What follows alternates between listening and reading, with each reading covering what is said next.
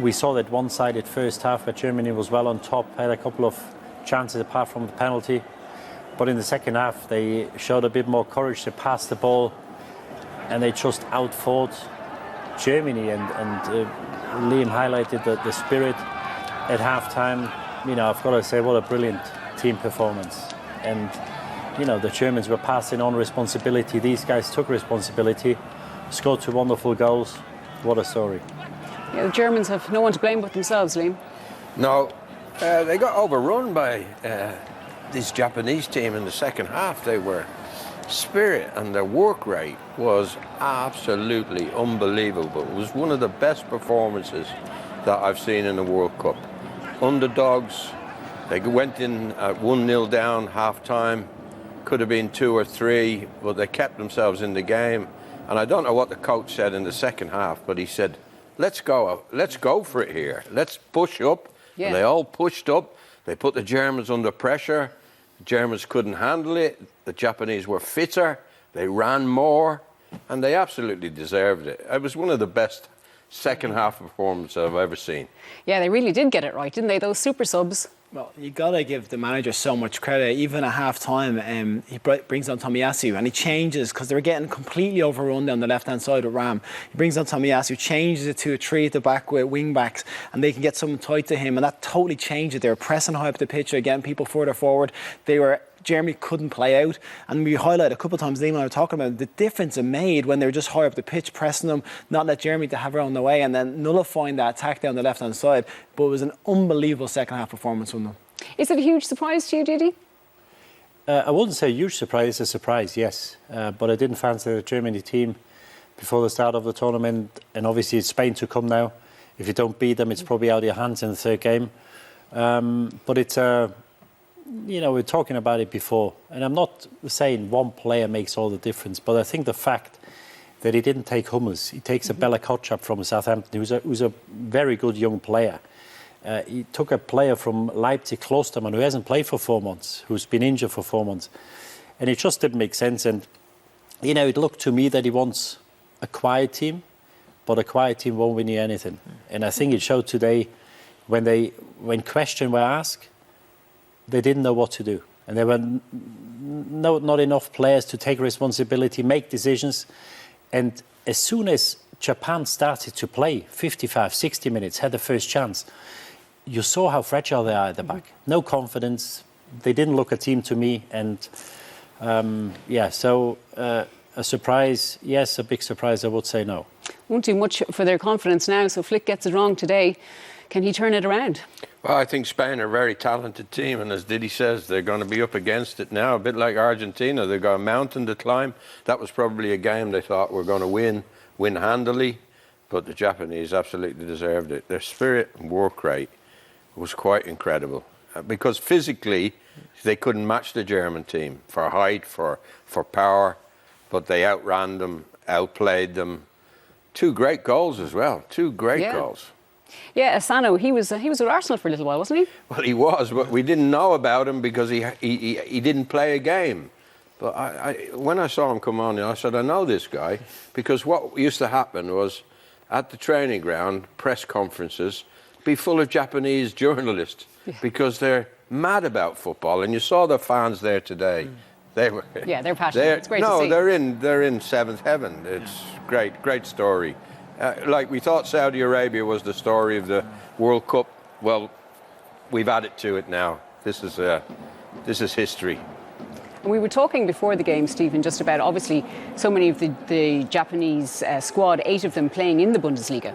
Yeah, I'm sure the Germans are going to regret having so many players playing there and getting to know their style and form. But it wasn't even about that. It was about a team spirit and an effort in the second half. And, the quality of the goals to take in the second goal, the touch was absolutely sensational, taking it across his body and to finish like it did. But honestly, the adjustment they did in their shape, and the manager has to take so much credit to bring the players on and to go for the game. He sensed there was an opportunity, and there was one moment in the game, I think Rudiger was sprinting back and he started lifting the knees up, and he almost felt like he was taking the mick a little bit, and I felt that was going to be a turning point. they weren't happy with it, and they all just got into the game, and from that moment it felt like Japan were going to be on top. And the turnaround, like Germany dominated the first half. The second half, though, Japan were literally all over them and pressed and harassed them and didn't give them a minute. It was a fantastic. Neuer made an incredible save. yeah, But he unbelievable could have save. scored another Japanese. He made a world-class save. George was raising the question there towards the end, Didi. So is this how far Asian football has come on, or is it German football in decline? Probably a bit of both. You know, we saw Saudi Arabia, what they did to Argentina yesterday. And, you know, we've got problems in key positions. And we haven't got a centre forward. The guy who came on, Füllkrug, he played most of his career in the Championship. Now, he's got a few goals in the Bundesliga this year. That's why he's in the squad now. And he's our last throw of the dice. So a nation of 80 million people, since Klose finished, which is about 15 years ago now, we've never had a centre forward. And we knew that before. And this is another thing. You've got to ask the manager a question. You know, it took him now to the World Cup. He never played a game before because we knew for the last 2 or 3 years that we haven't got a centre forward. So he could have picked one and say, you know, at least I try somebody. And then obviously defensive midfield, we are light, and it showed how open we were when the game opened up.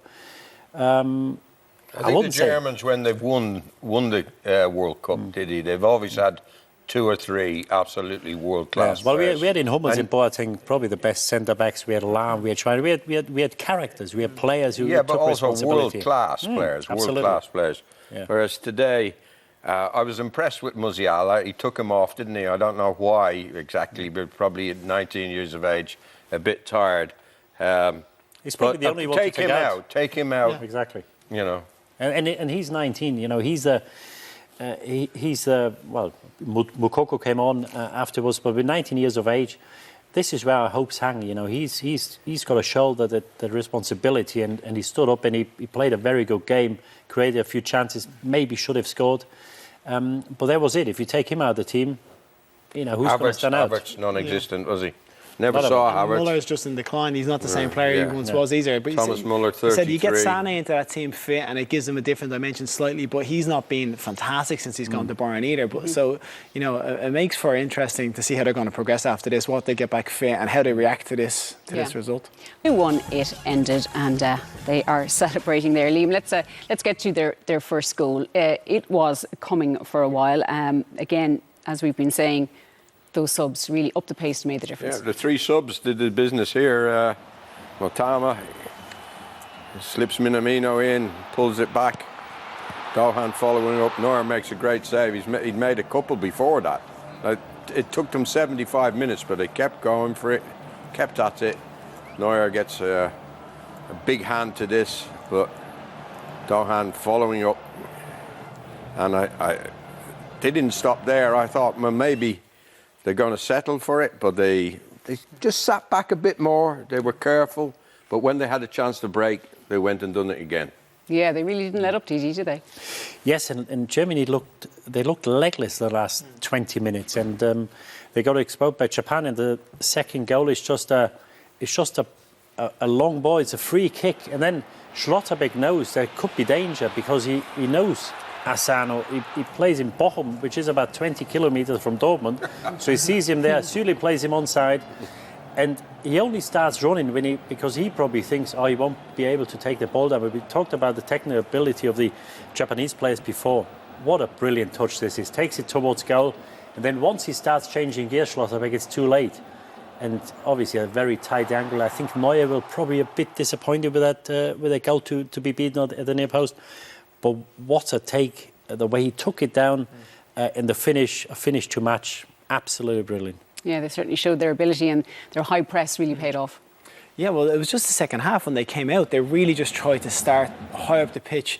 You know, before they were sitting back, they were having a block. Now they decided to go for it. So they just got bodies in the box. There's 6 players in the German half here, forced them to make mistakes. And Germany were unable to play through it. And often you see very good teams play through their press and they get down and they've taken out 6 or 7 players, but Japanese pressed so well, so high with such energy, and it was the triggers that were excellent, and the follow-up after this. So this is the full-back coming up here, great position sense, they win the back up really high in the pitch, and this was a real second half showing of what the manager went down and set them out with an intent to go and do something different, and the change of the shape really helped them to do that. It was fascinating to watch. Yeah, 2 goals, and they had other chances as well, Liam. We mentioned the Neuer save. They certainly did. They really went for it. Neuer made some great saves. This is Kamada breaking away, gives it to Dohan, and well, he blasted it over the bar. But this was the pressure they were putting the German defence under, and we were saying in studio here that it's coming. You could tell it was going to come, and it did, because they had to defend really, really well, the Germans. A great performance from Japan. They'll be absolutely flying. That was a great save from Neuer. It's got to be up there with one of the saves of his life. Isn't it? He gets such a strong Look, hand. the Japanese are thinking, oh, it's never going to come, but they kept going, and they finally got the breakthrough, and they didn't stop there, and they went and got the winner. Fabulous performance. Germany very much second best in the second half. They did have some opportunities, including one late on to level it. Yeah, they did create chances in the second half, and at times they look good. And this is Muller driving forward with the ball. We didn't see that much. Gnabry strikes a pass. Musiala, who was their most inventive player, and when he went off, they lost a real spark. And he does so well to get into this position and just fires over the bar. Again, he's driving inside. I think this time he picks out the pass, and it's Gundogan hits the post. So there was moments in the game where they caused them problems. They had shots on target, while this one is on target to post. And this is probably the biggest one they had.